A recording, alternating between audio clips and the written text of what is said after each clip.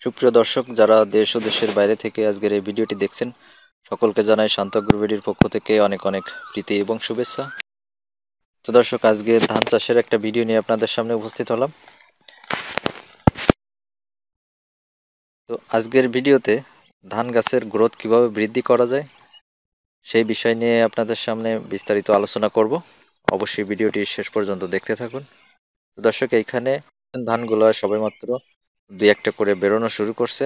তো প্রথম দিকে এরকম দুই একটা বেরোবে, তারপরে আস্তে আস্তে কিন্তু সমস্ত ধানের শীষগুলো বেরিয়ে আসবে। তো এখনও বেশ একটু টাইম এখানে দরকার আছে ধানের শীষগুলো পুরোপুরি বেরিয়ে আসতে। সবেমাত্র দুই একটা বেরোনো শুরু করছে। তো ধান গাছের গ্রোথ অনেক সময় দেখা যায় তুলনামূলকভাবে কম থাকে।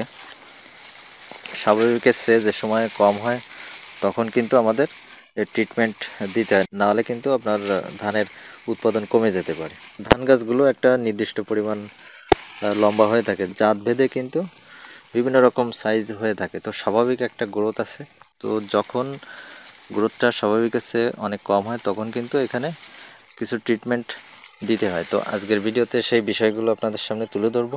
তো বিভিন্ন কারণে ধান গাছ কিন্তু সাইজে ছোট হতে পারে, সেটা সারের ঘাটতি হোক, ভিটামিনের ঘাটতি হোক, কিংবা মাটিতে সমস্যা হোক, বা অন্য কোনো সমস্যার কারণেও যদি এই ধান গাছগুলো অতিরিক্ত খাটো হয়ে থাকে, তখন কিন্তু আপনাকে এই ধান গাছগুলো লম্বার জন্য কিছু প্রোডাক্ট এখানে ব্যবহার করতে হবে। তো চলুন সেই প্রোডাক্টগুলো আপনাদের সামনে তুলে ধরি। তো তার ভিতরে একটি প্রোডাক্ট হচ্ছে কুশল, হিউমিক অ্যাসিড সমৃদ্ধ। তো এর আরও বেশ কিছু উপাদান আছে এটায়। হরমোন আছে, অ্যামাইনো অ্যাসিড আছে, জৈব হিউমাস আছে, পুষ্টি উপাদান সমৃদ্ধ জিব্রেলিক অ্যাসিডও এটায় আছে। তো ধানের গ্রোথ বৃদ্ধির জন্য আমরা এটা ব্যবহার করতে পারি। তো এটায় বিস্তারিত অনেক কিছু লেখা আছে, সেগুলা আপনারা ভিডিও থেকে দেখে নিন। এটা পড়তে গেলে ভিডিওটি অনেক লং হয়ে যাবে। এবার এর সাথে ব্যবহার করবো হচ্ছে সিলেটেড জিঙ্ক। তো স্প্রে জিঙ্কটা কিন্তু খুব উপকারী। আপনারা ধান চাষ করেন যারা নিয়মিত, আপনারা জানেন ধান গাছে কিন্তু সিলেটেড জিঙ্ক স্প্রে করা লাগে। জিঙ্কের অভাবে অনেক সমস্যা দেখা দিতে পারে। জিঙ্কের অভাবের কারণে কিন্তু গাছের পাতা ছোট হয়, গাছের হলুদ একটা বর্ণ ধারণ করে, গাছের গ্রোথ কমে যায়, এছাড়া গাছের পাতা কুঁকড়ে যেতে পারে। তো এই ধরনের যে সমস্যাগুলো জিঙ্কের অভাবে কিন্তু হতে পারে। তো আমরা যে সময় এই ভিটামিনটা ব্যবহার করছি, এর সাথে আমরা সিলেটেড জিঙ্কটা অবশ্যই স্প্রে করব। আমরা শুধু যে এই দুইটা প্রোডাক্টই ব্যবহার করব এমনটা না, ধানের গ্রোথ বৃদ্ধির জন্য আরও অনেক প্রোডাক্ট আছে, সেগুলো আপনারা ব্যবহার করতে পারেন। তো তার ভিতরে আমরা ভিটামিন হিসেবে কিন্তু জামাম, ইনতাফা কোম্পানির জামাম ব্যবহার করতে পারি। জামামেও কিন্তু ধানের গ্রোথ বৃদ্ধি করে। জামামেও হালকা পরিমাণ জিব্রেলিক অ্যাসিড আছে। এসবেও যদি আপনার ধানের গ্রোথ কম থাকে, যদি আপনার ধান অতিরিক্ত সাইজে ছোট থাকে, তখন আপনারা ডাইরেক্ট জিব্রেলিক অ্যাসিড ব্যবহার করতে পারেন। সেক্ষেত্রে আপনাকে জিব্রেলিক অ্যাসিডের যে ট্যাবলেট আছে ওইটা ব্যবহার করতে হবে। তো জিব্রেলিক অ্যাসিডের ট্যাবলেট এটা আপনারা ব্যবহার করবেন, এর সাথেও কিন্তু অবশ্যই সিলেটেড জিঙ্ক ব্যবহার করবেন।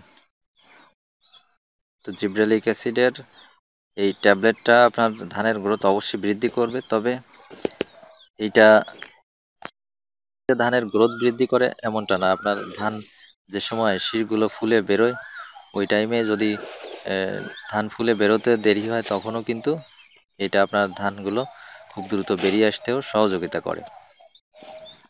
এই যে জিব্রেলিক অ্যাসিডের যে ট্যাবলেটটা দেখতে পাচ্ছেন, এটা আপনি সমস্ত কীটনাশকের দোকানেই অ্যাভেলেবেল পাবেন।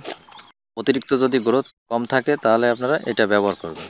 তো শুধু এইটা ব্যবহার করলে গ্রোথ বৃদ্ধি পাবে, ধান গাছগুলো লম্বা হবে, কিন্তু আপনার গাছের গোড়ায় যদি পর্যাপ্ত পরিমাণ খাবার না থাকে, তাহলে কিন্তু ধান গাছগুলো চিকুন হয়ে লম্বা হয়ে যাবে। ধান গাছের আকার কিন্তু অনেক চিকুন থাকবে, ধান গাছগুলো কিন্তু আর মোটা হবে না। আর মোটা যদি না হয়, আপনার ধানের শীষগুলোও কিন্তু অনেক চিকুন হবে, ধানগুলো পুষ্ট হবে না, গাছগুলো শুধু লম্বা হবে।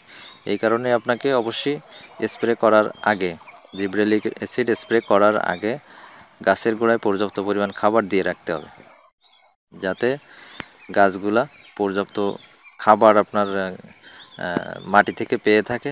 তাহলে কিন্তু আপনার গাছগুলো শুধু চিকন হবে না, গাছগুলো মোটাও হবে এবং গাছগুলোর বৃদ্ধি একটা স্বাভাবিক পর্যায়ে থাকবে। আর খাবারের ঘাটতি দেখা দিলে গাছগুলো চিকন অবস্থায় লম্বা হবে, তখন এটা অস্বাভাবিক একটা লম্বা আকার ধারণ করবে, তখন আপনার ফলন কমে যাবে। তো সে কারণে জিব্রেলিক অ্যাসিড ব্যবহার করার ক্ষেত্রে এই সাবধানতা আপনাদের অবলম্বন করতে হবে। আর অতিরিক্ত রোদ্দুরে কখনো ধান গাছে স্প্রে দিবেন না। ধান গাছে স্প্রে দিবেন বিকেল 3টের পরের থেকে সন্ধ্যার আগ পর্যন্ত আপনারা ধান গাছে স্প্রে দিবেন। সকালের চেয়েও বিকেল টাইমে স্প্রে দেওয়াটা উত্তম। দর্শক, বোরো ধানের গ্রোথ বৃদ্ধির বিষয়ে আপনাদের সামনে তুলে ধরার চেষ্টা করলাম। এছাড়া আরও অনেক উপায়ে গ্রোথ বৃদ্ধি করা যায়, সে সমস্ত বিষয়ে পরবর্তীতে কোনো একটা ভিডিওতে আলোচনা করব। তো এই ছিল আজকের ভিডিও। তো ভিডিওটি যদি ভালো লাগে অবশ্যই লাইক করবেন, শেয়ার করবেন, আর যদি কোনো মতামত থাকে কমেন্ট বক্সে লিখে জানাবেন। এছাড়া শান্ত ভিডিও আমাদের ফেসবুক পেজ, তো যারা ফেসবুকে ভিডিও দেখতে পছন্দ করেন অবশ্যই শান্ত ভিডিও ফেসবুক পেজটি ফলো দিয়ে রাখবেন। তো ধন্যবাদ সাথে থাকার জন্য। দেখা হবে পরবর্তী কোনো ভিডিওতে। ভালো থাকবেন সবাই।